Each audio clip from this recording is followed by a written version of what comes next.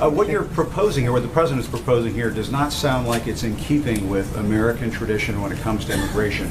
The Statue of Liberty says, "Give me your tired, your poor, your huddled masses, yearning to breathe free." It doesn't say anything about speaking English or being able to be a computer programmer. Aren't you trying to change what it means to be an immigrant coming into this country if you're telling them you have to speak English? Can't people learn how to speak English when they get here? Well, first of all, right now, it's a requirement that to be naturalized, you have to speak English. So the notion that speaking English wouldn't be a part of our immigration systems would be actually very ahistorical.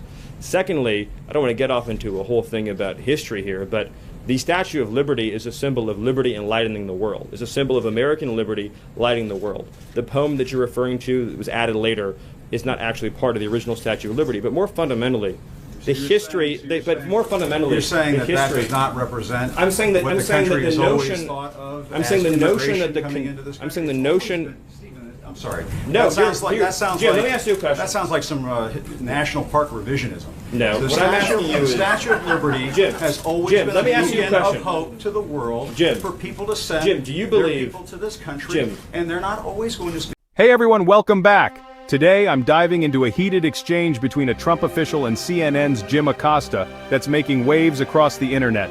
This isn't your typical back and forth, it's a full-blown showdown on immigration policy, and trust me, you'll want to see how this one plays out. If you're tired of the media spin and want the raw truth, make sure to hit that button. Let's get into it. Jim, English, Stephen. Jim, they're not do you always believe going to be highly skilled. They're not always Jim, going to be. Jim, I appreciate your speech. Jim, I appreciate your speech. So let's talk about this. It was a modest. Jim, let's talk about this. In 1970, when we let in 300,000 people a year, was that violating or not violating the Statue of Liberty law of the land? In the 1990s, when it was 500,000 a year, was it violating or not violating the Statue of Liberty law of the land? Was it violating? When it was 700,000 a year. No, tell me what years. Tell me what years. Tell me what years meet. Tell me what years meet Jim Acosta's definition of the Statue of Liberty poem law of the land. So you're saying 1 million a year is the Statue of Liberty number. 900,000 violates it. 800,000 violates it. You're sort of bringing a Jim, press one for English philosophy here to Jim, immigration, and that's never for been Jim, what the United States has been about, Steve. But you're also your statement's also shockingly ahistorical in another respect too, which is if you look at the history of immigration, it's actually ebbed and flowed. We've had periods of very large waves, followed by. So, the debate kicks off with Jim Acosta bringing up the Statue of Liberty, you know, the famous poem about your tired, your poor, your huddled masses. Acosta argues that Trump's immigration policies go against American tradition. But the Trump official, oh, he's ready, he fires back, pointing out that the poem was added, the statue was built, it's not even part of the original meaning. And here's where it gets interesting. He asks a simple question. If limiting immigration today is wrong, was it wrong when the U.S. admitted only 300,000 immigrants in the 1970s? Acosta? No real answer. Then things heat up even more. Acosta suggests that requiring immigrants to speak English is un-American. But the Trump official doesn't miss a beat. He reminds Acosta that speaking English is already a requirement for naturalization. That's not new. And here's the knockout punch. He accuses Acosta of having a cosmopolitan bias, implying that only people from the UK or Australia speak English. The official calls it to millions of hardworking immigrants worldwide. Periods of less immigration and more immigration, and during the we've had a period of immigration right now. The president wants to build a wall. Actually, and you want to bring about a sweeping change to the immigration Surely, Jim, system. you don't actually think that a wall affects green card policy. You couldn't possibly believe that, do you? Actually, the notion that you actually think immigration is at a historic law, the foreign-born population in the United States today, Jim, talking about how border crossings. Do you really? I want to be serious, Jim. Do you really at CNN not know the difference between green card policy and illegal immigration? Sir, are you really don't know that? Cuban immigrant. He came to this country in 1962, right before the Cuban Missile Crisis, and obtained a green card. Yes, people who immigrate to this country can eventually. People who immigrate to this country not through Ellis Island, as a factual but in question, other ways, do obtain a green card at some point. They do it through a lot of hard work, and yes, they may learn English as a second language later on in life. So, but this Jim, whole notion of, well, they could learn, they have to learn English before they get to the United States. Are we just going to bring in people from Great Britain and Australia?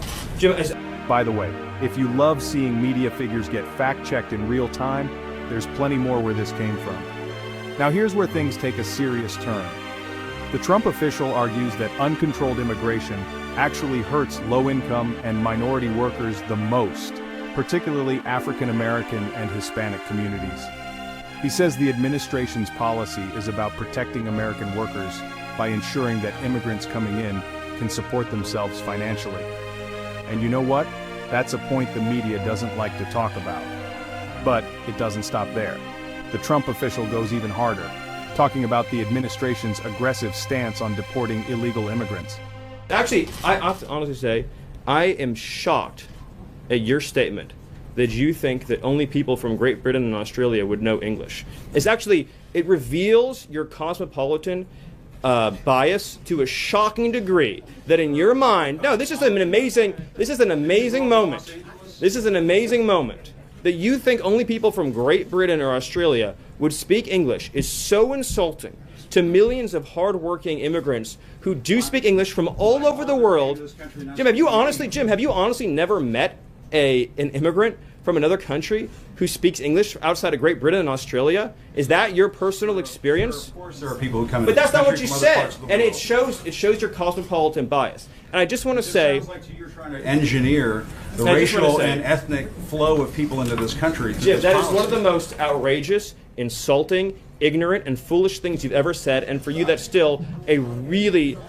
The notion that you think that this is a racist... He promises that the Department of Homeland Security, the Department of Justice, basically every federal agency, is working at speed to remove criminal illegal aliens.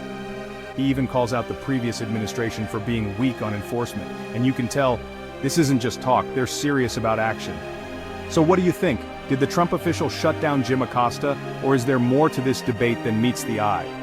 One thing's clear, this isn't just about politics, it's about the future of immigration in America, and the stakes couldn't be higher. If you want more unfiltered debates and bold takes, and turn on notifications so you never miss an update, thanks for watching, and I'll catch you in the next one.